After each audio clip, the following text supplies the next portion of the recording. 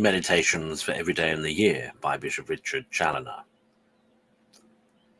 July 8th. On the sentiments we shall have at the hour of our death.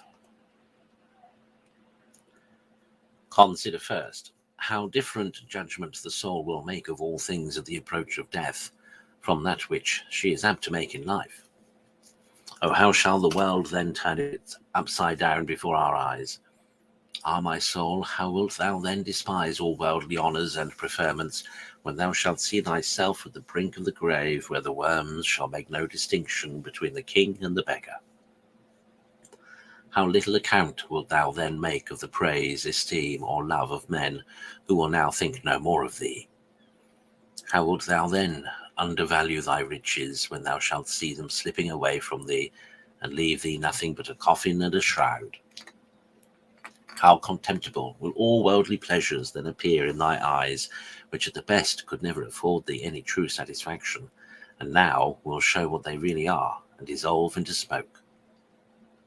Oh, let us make the same judgment now concerning all these things as we shall do then. Let us weigh them all in these scales, and we shall not be cheated.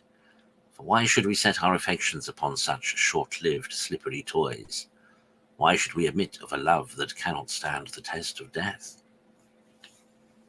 Consider secondly, O my soul, what shall then be thy sentiments with regard to thy sins, of which perhaps thou hast hitherto made but small account?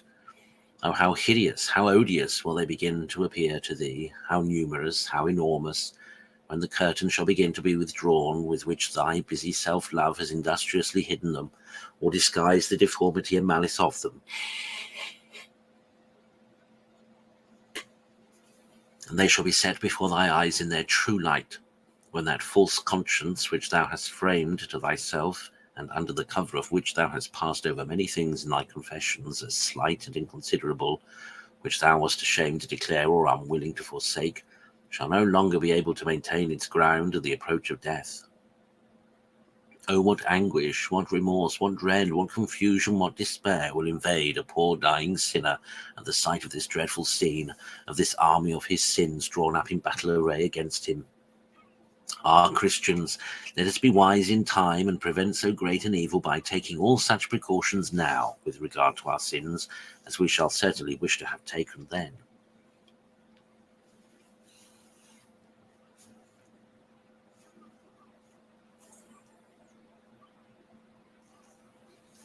Consider thirdly, my soul, what thy sentiments will be at the time of thy death with relation to the service of God, to virtue and devotion. Oh, how lovely then shall the way of virtue appear to thee! Oh, how wilt thou then wish to have always followed that charming path! But what shall thy sentiments be with regard to the value of grace? How bitterly shalt thou then regret the neglect of so many calls and invitations of thy gracious God, the loss of so many favourable opportunities of storing up eternal treasures, the squandering away so much of thy precious time, the misemploying of so many of God's gifts and talents, the abuse of the sacraments, etc. Ah, how many great but disregarded truths shall then be unveiled to the sinner, against which he had shut his eyes before! How shall the false reasonings of the world, the delusions of his passions, and the subtleties of his self-love, together with the affected ignorance of such things as he had no mind to know, all forsake him at the approach of death, and leave him in despondence at the time of his greatest distress?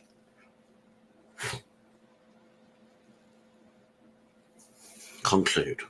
To enter into those sentiments now with regard to all these things that shall stand by thee at the hour of thy death.